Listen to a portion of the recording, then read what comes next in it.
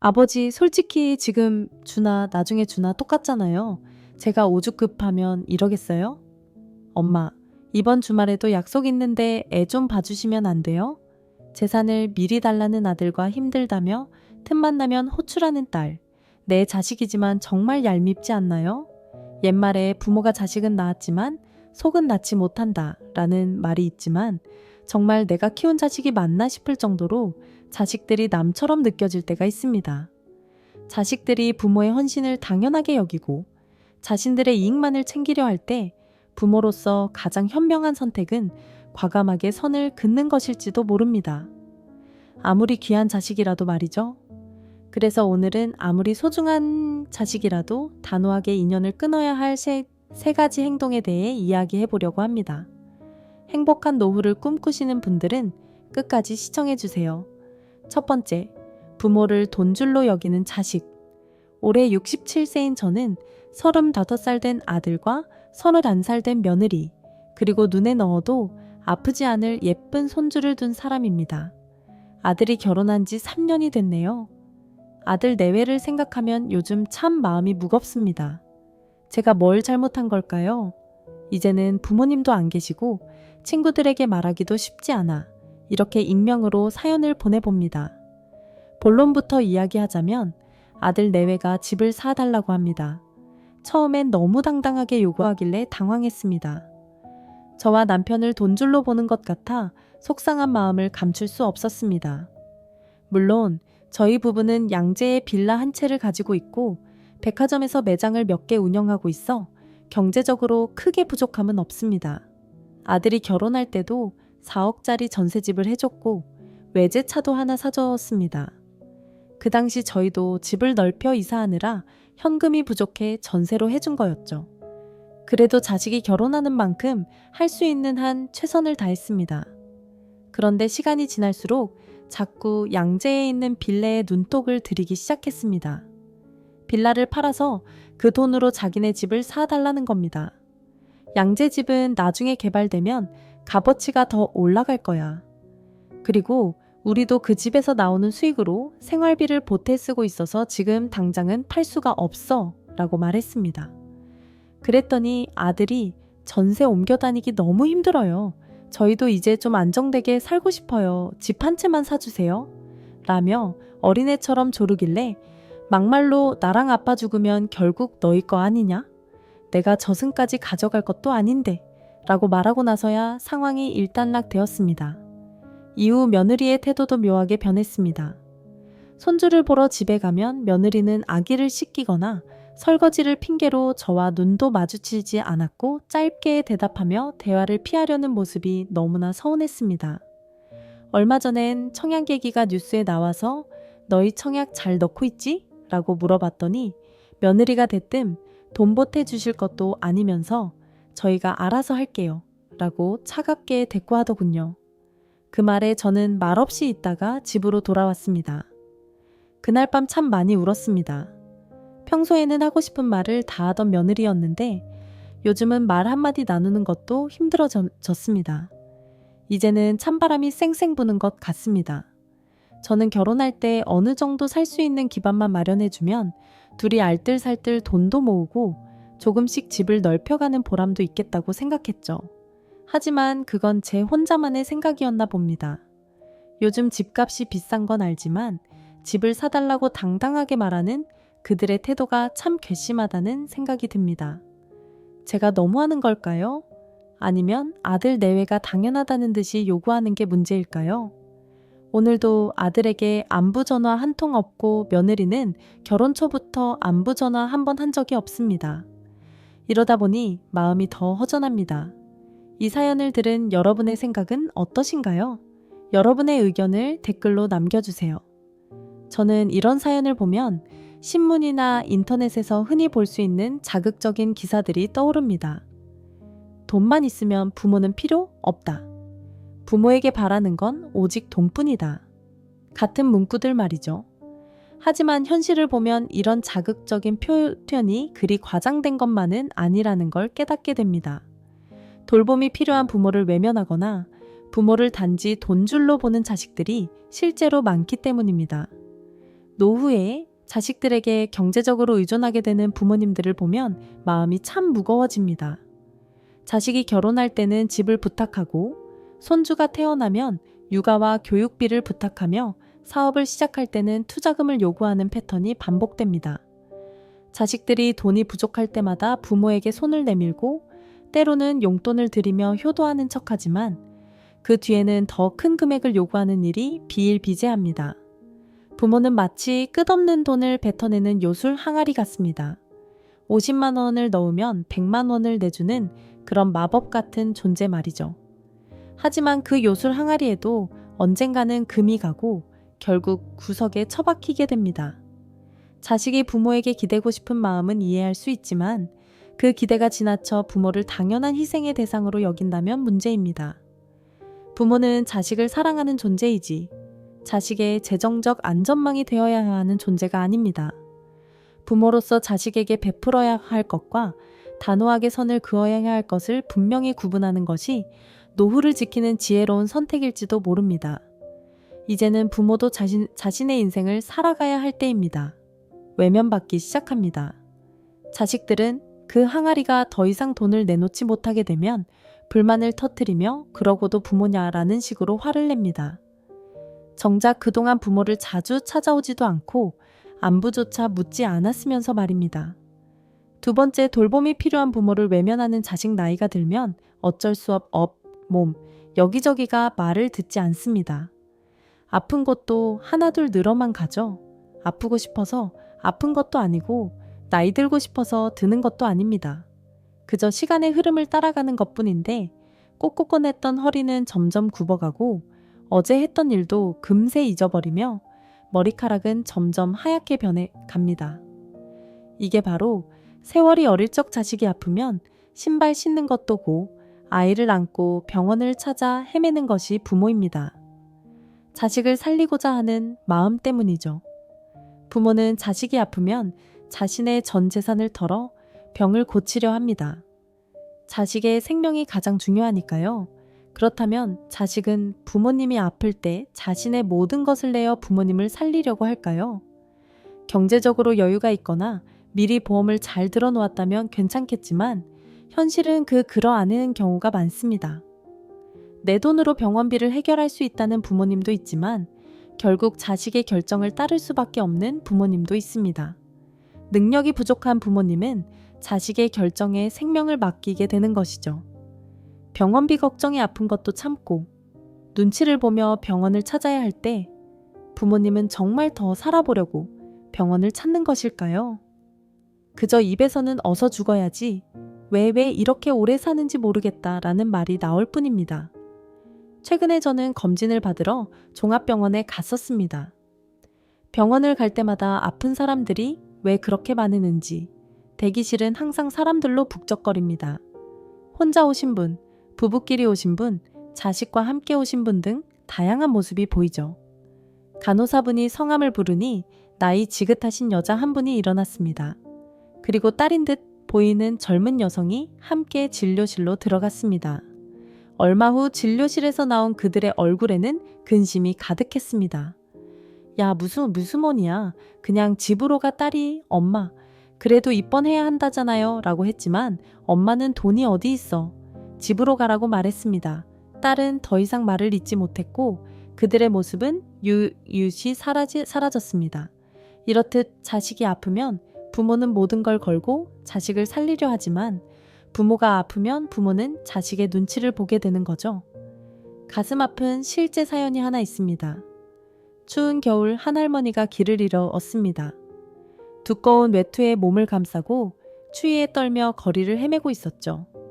겉모습만 보면 치매를 앓는 듯한 노인처럼 보였습니다. 지나가는 사람들은 연민의 눈빛을 보내지만 누구도 발걸음을 멈추지는 않았죠. 그때 한 청년이 할머니를 발견했습니다. 마음씨 착한 그 청년은 할머니를 경찰서로 데려갔고 할머니는 신분증도 없고 이름조차 기억하지 못하는 상태였습니다.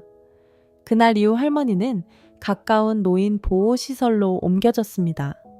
그렇게 시간이 흘러 어느 날 밤 할머니는 잠결에 무의식적으로 신의 집 주소를 중얼거렸습니다. 그 말을 들은 사회복지사는 주소를 찾아 나섰고 결국 할머니의 가족을 찾게 됐죠. 가족들은 할머니가 실종된 지 6년이 지났다고 했습니다. 5 아들은 잃어버린 어머니가 기적처럼 돌아왔다는 사실에 놀라움과 안도감을 감추지 못했죠. 모두 눈물을 흘리며 기뻐했습니다. 하지만 이 감동적인 재회는 오래가지 않았습니다. 며칠 후 보험사 직원이 찾아오면서 진실이 밝혀졌죠. 아들들이 어머니를 잃어버린 게 아니라 의도적으로 버렸다는 사실이 드러난 겁니다. 홀로 남은 어머니를 모시기 싫어졌던 5 아들은 실종 계획 전 어머니 앞으로 사망보험을 추가로 가입했습니다. 그렇게 5년 후 실종자였던 어머니는 사망 처리됐고 5 아들은 5억 원의 사망보험금을 나눠 가졌습니다. 보험사 직원은 실종 당시 배포한 전단지 사진이 어머니의 10년 전 사진이라는 것을 알게 되었습니다. 아들들은 애초부터 어머니를 찾을 생각이 없었고 단지 찾는 신용만 했을 뿐이었던 거죠. 더 충격적인 사실은 여태껏 치매인 줄 알았던 어머니가 치매가 아니었다는 겁니다. 어머니는 처음부터 아들들의 계획을 알고 있었습니다. 어머니는 하는 것도 빠듯한 아들들에게 짐이 되기 싫어서 애써 모른 척 5 아들을 따라 나섰습니다.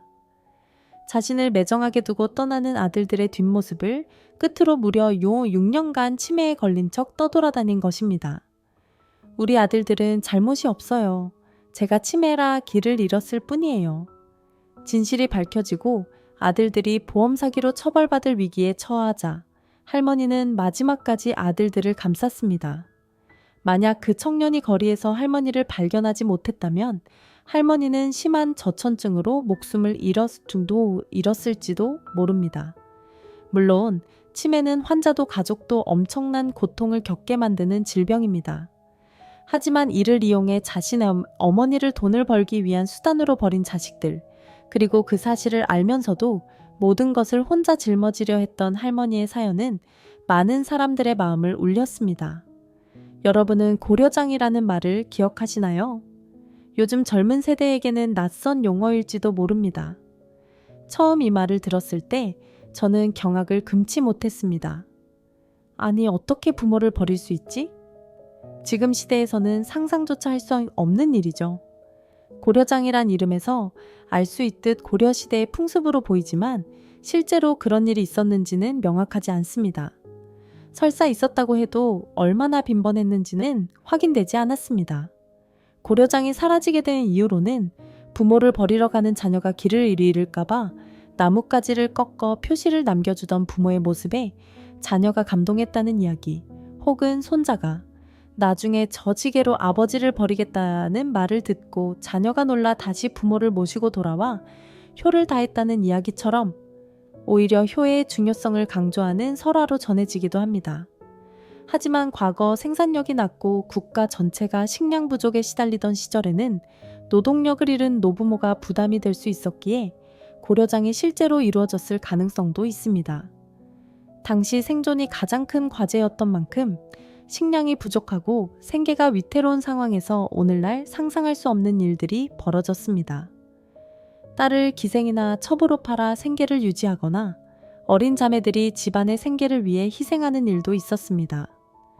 영화 홍도야 울지 마라에 나오는 기생이 되어 오빠의 학비를 대는 누이의 이야기 역시 이런 맥락에서 이해될 수 있습니다. 그런 극단적인 상황에서 노인의 유기가 전혀 없었다고는 할 수 없을 것입니다. 그런데 오늘날 충분히 먹고 살 수 있는 시대에도 이런 유기가 여전히 이루어지고 있다는 사실이 너무나 안타깝습니다.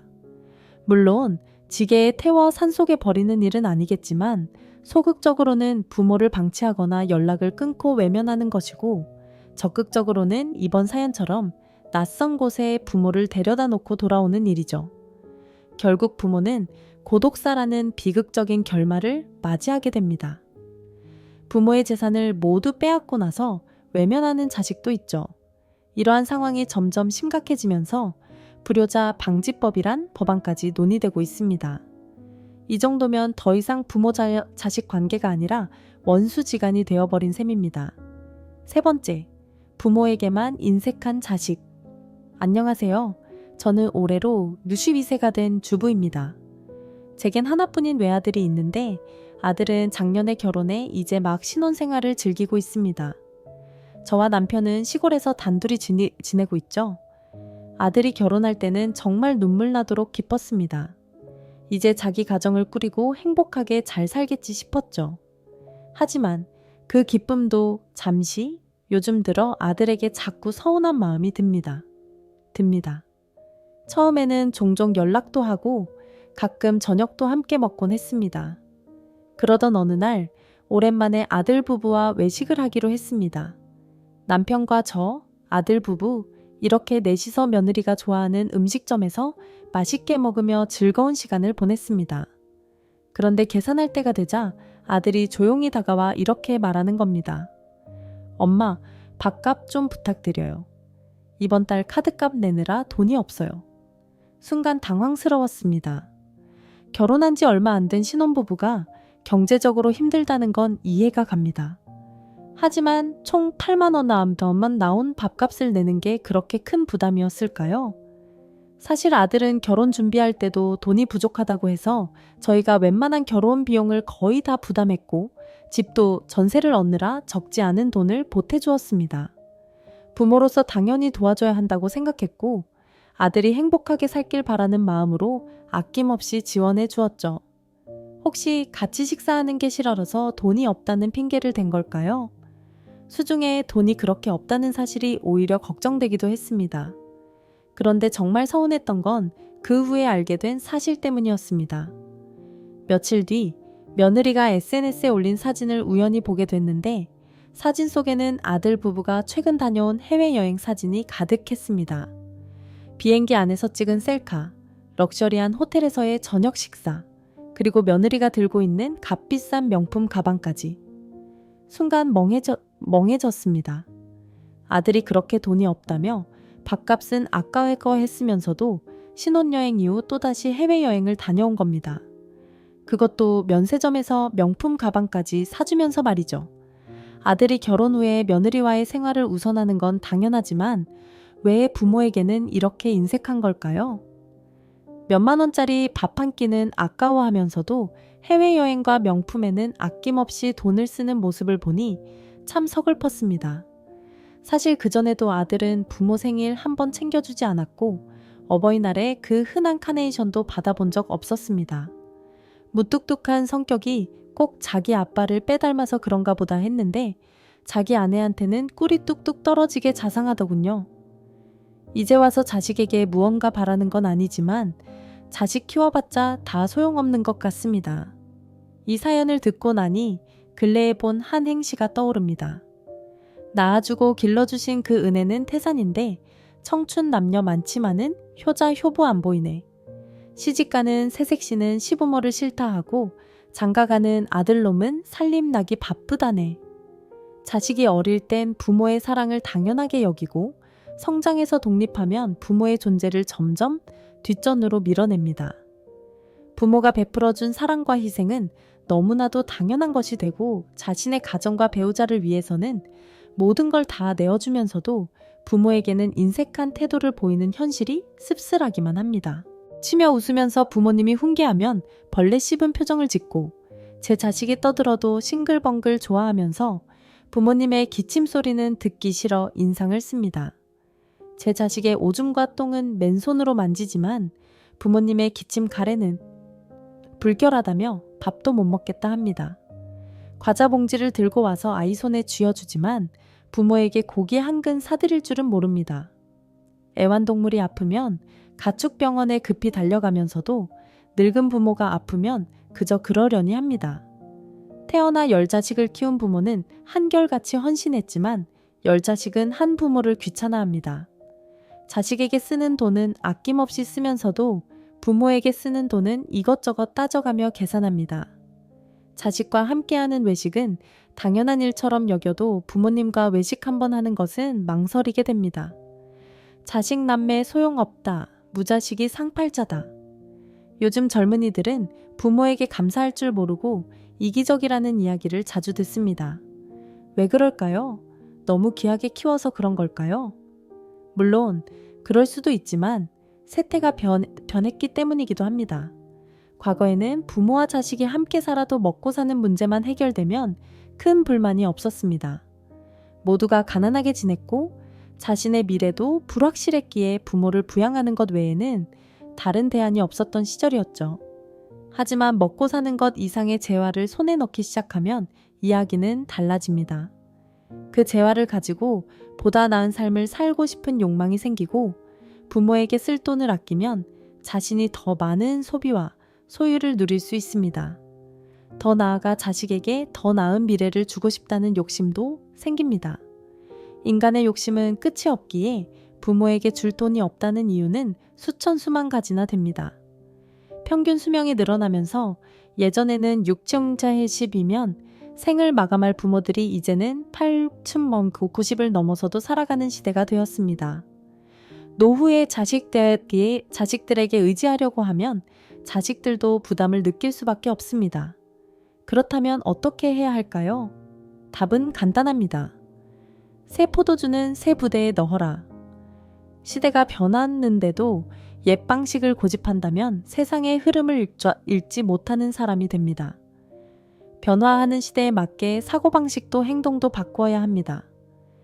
예수님의 가르침처럼 부모는 자식에게 모든 것을 내어주고 자식은 그 희생을 당연하게 여기는 사고방식을 버려야 합니다.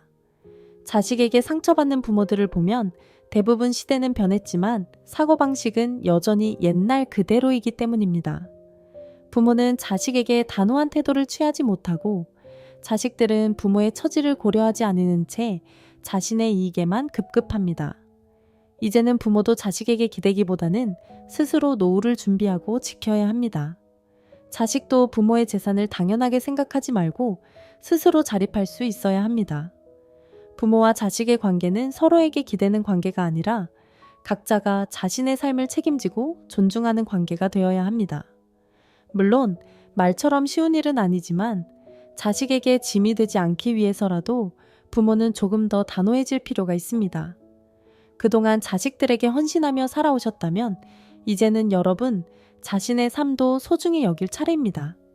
여러분 스스로 행복을 지키고 자식과도 건강한 거리를 두며 행복한 노후를 꾸려가시길 진심으로 응원합니다. 앞으로도 지혜의 동행이 함께하겠습니다. 끝까지 시청해주셔서 감사합니다.